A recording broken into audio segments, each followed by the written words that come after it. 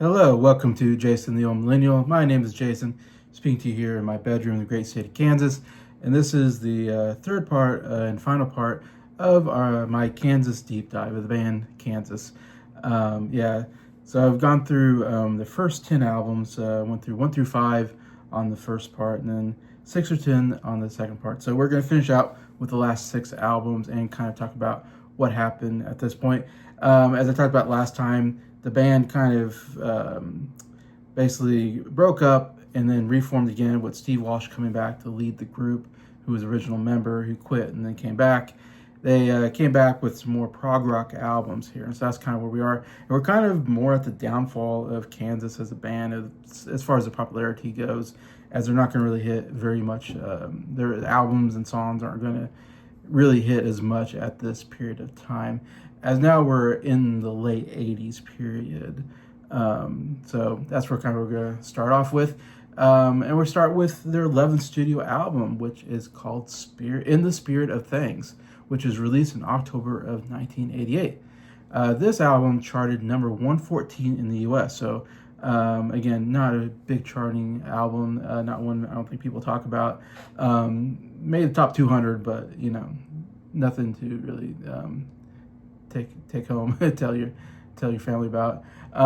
This was an interesting album because it was a concept album, the only real concept album I can remember them doing, and it was told the whole album was about a real life thing that happened, a flood that hit Neosho Falls, Kansas in 1951, and this is because one of the members named Williams. He's the one who came up with this idea. He loved reading history. He was a big history guy, and he read a book on natural disasters in Kansas or something like that. And he came across this story of this flood that destroyed this city, Neosho Falls, evidently back in 1951. And I don't know. He kind of came up with this idea of what if we wrote a whole album just based on this, anyways. So a very interesting idea, I guess. And they went with it, a whole album on this whole flood. Again, didn't do very well, though. I would say it's an okay album.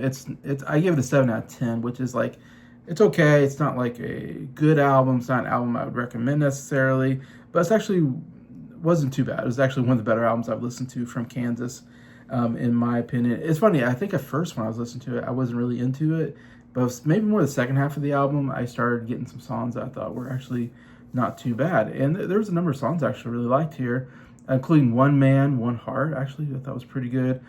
Once in a Lifetime was a good kind of ballad song, if I remember right. One Man, One Heart was kind of catchy. Stand Beside Me and Bells of St. James. Actually, all 4 songs. Overall, pretty decent stuff there. So it kind of was I didn't think I was going to like it very much. And then at the end, it kind of won me over almost. Not quite to the point where I'm saying it's a great album, but to the point I'm it's not terrible. It's got some good value, but it's got a lot of other prog rock stuff in there for me that I didn't like. But yeah, so not totally lost for me, though. Like I said, it did not do very well. Their company, or the record producer, the company, MCA, dropped the group after this because of the failure of only making 114. So this kind of had them fired from MCA because this album didn't do very well. Like I said, they were not doing very well now at this 80s period. Steve Morse, who was a guitar player of the group, then left the group, though he will come back later on. So the group was kind of, again, lost. They didn't have a company to produce their albums. But what they did have was a German promoter who really wanted to reunite the band in 1990. So he got all the original members, except for Steinhardt, to come back and do a tour to tours Kansas, anyways. And it did very well. People came out to watch it. Of course, it's good to see, Steve Walsh and Livgren come back together, kind of 2 main songwriters of the original lineup and everything. And they went to Europe, of course. It was a European tour, I should say, because it was a German promoter that really wanted to. And good for him. He really talked everybody into coming back and doing this, and it was very successful for them. In 1991, violinist David Ragsdale joined the group because they didn't have a violin player. Like I said, Steinhardt was their violin player, and he didn't come back. But like I said, David Ragsdale, they did get him to join in, and he was able to do the violin stuff, which helped them do some of their earlier material, which had heavy violin. Like if you listen to the first couple albums, it's a lot of violin. Like, I think too much. It's a little annoying, but so that helped them there, I guess. Um, and like I said, Livgren was there for it, but after the summer tour of 1991, he then left the group again, and Steve Morse came back. He left and he came back after Livgren left. And after the tour, though, Morse left again and went to play for Deep Purple, which interesting. I mean, Deep Purple, I don't know a lot about Deep Purple, but I think they went through a lot of lineup changes as well. I know my friend Briar, he knows more maybe about Steve Morse because he's a big Deep Purple fan and knows more about his contribution to that band. But anyways, but not a band to join, not a bad band to join, I guess, if you're going to leave Kansas. Well, I guess they had enough going for them that they're able to make a 12th studio album called Freaks of Nature in May of 1995. So quite a bit. This is 4 years after that. Like I said, they've been touring, I guess, and they got enough. I guess it felt strong enough that they can make another album because of the popularity of the tour. Yeah, so in 95, this Freaks of Nature album came out, and it didn't chart at all. It was the first album, I think, not to chart in the top 200 at all. Last one, 114, not great, but still the top 200. This one, nothing. Again, I mean, by this time, you're in the 90s. I mean, this was a band that was popular in the 70s. So definitely, you got your prime time period as a band and for most bands. And we're definitely getting to the older period. And it's just hard to keep, strong and being, making good albums and making, good songs. I myself, I didn't really like this album. I gave it a 6 out of 10. So it wasn't like the worst album ever, but it had two good songs on it, I think. Hope Once Again and Under the Knife. I thought were pretty decent songs on there. Besides that, again, I'm not a prog rock guy. These albums are more prog rock style to them that I'm just not into. So I'm just mostly bored. Very long songs, a lot of instrumental stuff anyway. So that's kind of how that went. So yeah, like I said, not doing very good here. In 1997, Robert and Ragsdale left the band, but Steinhardt returned. So they lost Ragsdale as their violinist, but they got the original violinist, Steinhardt, to join. And he also, I think, wrote some songs as well, Steinhardt. So he had multiple things he can do with the band. They were able to come out with the 13th studio album in 1998. This was called Always Never the Same. And this was a very interesting album as it's an album where they cover some of their older material and they re-recorded the songs with the London Symphony Orchestra. So it's kind of this idea of reimagining their old material songs for the most part and with the big orchestra behind it to change the sound a little bit. They also had 3 new songs on the album, and they also had Eleanor Rigby. I thought it was an interesting pull. As you know me, I'm a huge fan of Eleanor Rigby. It's one of my favorite Beatles songs of all time. So I'm like, oh, Eleanor Rigby. Like, I was interested in hearing what they were going to do with it. The thing is, though, the original Eleanor Rigby already has, it's all it is orchestra music. There's no guitar, there's no drums, there's no bass. It's just orchestra music and the Beatles' voices. So it's like, what are you going to do with this song with the London Orchestra when you already haven't done? And so they decided to add drums to the song and electric guitar and made it a little more of a rocking number of Eleanor Rigby than the original. I mean, I know if you're covering something like this, you want to make it your own, you want to do something different, I suppose, but in this case, I don't know. I don't think I really didn't like this version of Eleanor Rigby. Maybe that's because I'm such a big fan of the original and I'm having a hard time, hearing somebody do something way different. This was way different. Like I said, what I loved about Eleanor Rigby by the Beatles was that there was no drums, there was no guitar, it was just the Beatles and the orchestra music. And I thought that was such a unique thing that we haven't seen any other song in the Beatles, songs, discography, whatever. They've never done it. And I don't know if I've heard other bands do that as much. So adding the guitars and the drums just kind of ruined it for me. I was like, oh, that was the beauty of the song, was that there was no guitar and drums and that the voices really carried it in the orchestra music. Anyway, so I thought that was a bit of a miss. And like, I think they do Dust in the Wind, if I remember right, was like the biggest song they did on here. And it was like an okay version, but it's like, if I'm going to listen to Dust in the Wind, of course, I'm going to listen to the Point of No Return version. It's the big one. So I don't know. For me, I thought it was a real miss of an album, just like a experimental idea or something. And I think Metallica has done something different where they did a whole album with orchestra music behind it. So maybe this isn't maybe other groups have done this. I don't know if this is a total original idea or just something some groups do to try to, do something different. And again, it might be a bit of a cash grab, like, hey, let's put out some of our old material that people like, but add this to it, and hopefully people will buy it. I don't know. I give it a 5 out of 10 just because I just don't like the fact that it's just not original material, and the orchestra music, even though I love orchestra music, it didn't add enough to the songs that need to be done, anyways, in my opinion. So that's a 13 studio album. I can't believe they kept making albums after this, because after all these failures, like I said, this one I didn't see that it charted anywhere at all. So their albums are either charting real bad or not charting at all. But they're able to come up with another studio album, the 14th album, in 2000. So now we're getting into the 2000s, which I didn't know Kansas went that far. It's one of those things where they have 16 albums, and I thought, wow, I only figured they didn't get much past the 80s. But now we are in the 2000s. And this album's called Somewhere to Elsewhere.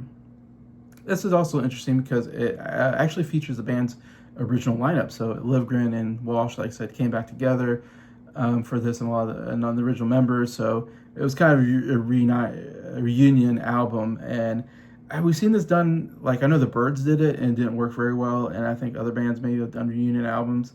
I don't know if they've always been successful, because a lot of times they don't want to put out their best material on their reunion albums.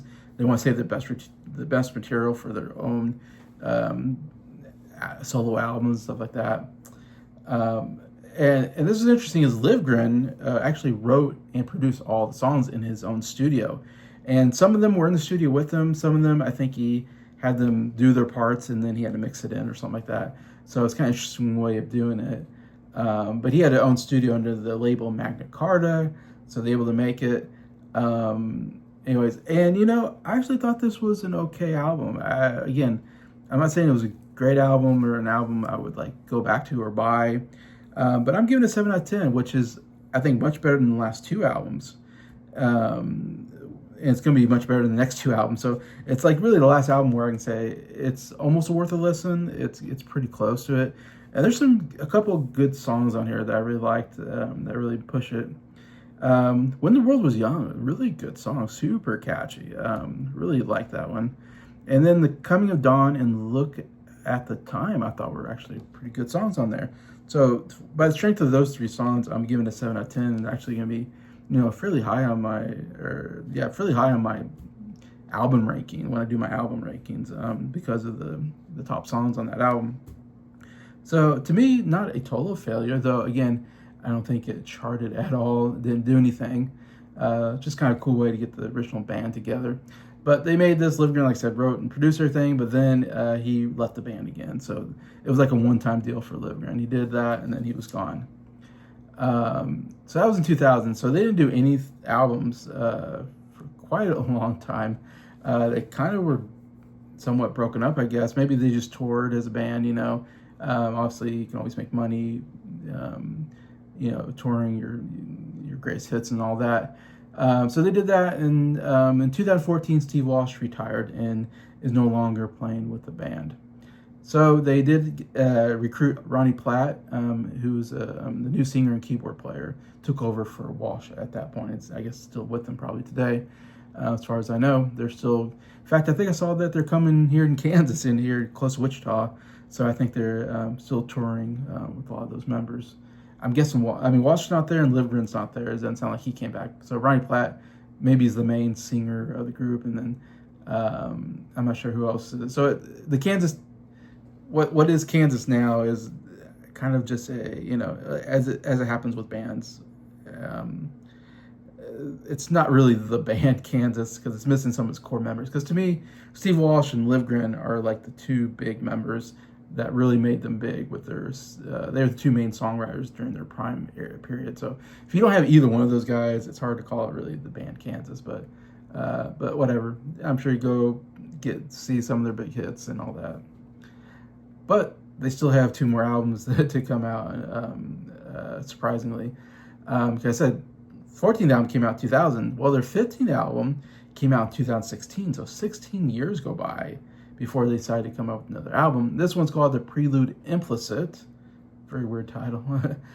This actually charts number 41 in the U.S., so I guess maybe it's just that we hadn't had a Kansas album, and there's maybe some of the people that have gotten older had nostalgia for it. And so a lot of times when these bands come out with new albums, and the bands were coming out, Rolling Stones is coming out with a new album, Paul McCartney is, Zombies came out with an album a couple of years ago. It's like old bands are still putting out albums even though they're not popular anymore. So, but if there's enough nostalgia, maybe you make some money out of it. So number 41's good, especially considering they didn't chart the last like 3 or 4 albums, or 3 albums I think didn't chart, and then one 114. So 41, not bad. But it came under a German label called Inside Out. And the co-producer and co-writer of the album's named Zach Rizvi. I'm probably not saying that name right. Rizvi maybe. He wrote and, like I said, produced the album, and then was kind of named a member as a guitarist. So he kind of got his way in the band that way, and I'm guessing probably still plays with him as a guitarist. Yeah, so that's their 15th album. I personally didn't like it at all. Didn't care for any of the songs. Again, they're old. They're kind of out of their, popularity. There's nothing big here. It was just another boring prog rock album for me. So I give it 5 out of 10. There's not even a song that I really enjoyed on here. So I take this to the last album, which came out in 2020. So been 6 years ago since their last album. But yeah, this is the 16th and last album called Absence of Presence. Coming during the COVID period, they came out with this, which I don't know if that was a particularly good period to come out with music or anything. But again, did not chart at all. But all the members did write songs on the album, so it was an album where everybody got to participate. Anyway, so that's kind of where we're ending with Kansas. The only sad news I can say is that Robbie Steinhardt died in 2021 of pancreatitis at the age of 71. So he's one of the kind of original members that passed away, but all the other ones are still alive. So good for them. They still got a lot of their members left and can still tour and all that. Now they're probably on their 70s, mid-late 70s probably by now. As far as I saw, I didn't see them reaching the Rock and Roll Hall of Fame, which I usually talk about on these deep dives, which makes me wonder why they're not in there, if they're not in there. They did have 2 really big albums, Left Overture, Point of No Return. Definitely top 10 albums. I mean, even Monolith made top 10, so they had 3 top 10 albums. And then they have, really they're going to always be known for, I think, is Carry On Your Wayward Son, Dust in the Wind. Those were 2 humongous hits that are on the radio all the time. To this day, they're incredibly played. I mean, Point of No Return, I think, is also a pretty big hit for them, but I think they'll always be known for those 2 hits, and so the legacy will always live on because of that, I think. And anytime someone says Kansas, you'll think of those 2 songs. Anyway, so that's where we leave Kansas. Hope you enjoyed this deep dive on them. I learned a lot. Like I said, I didn't know anything about this band except for like the 2 big hit songs. And so interesting getting to go and deep dive them and learn a lot about this new band. And yeah, anybody knows more about them, please feel free to comment any more information that I might have missed or what your thoughts on the band Kansas is. Love to hear anybody's thoughts, as again, I'm kind of new to this band, but yeah. So thank you so much for watching this video. I will come out with the top 10 songs, and I rank their albums on other videos in the future. So we're not quite done with Kansas, but first deep dive we are. So thank you so much, and I hope you enjoyed it. And just thank you to all my subscribers for supporting the channel. Again, appreciate you guys, and hope you have a good day.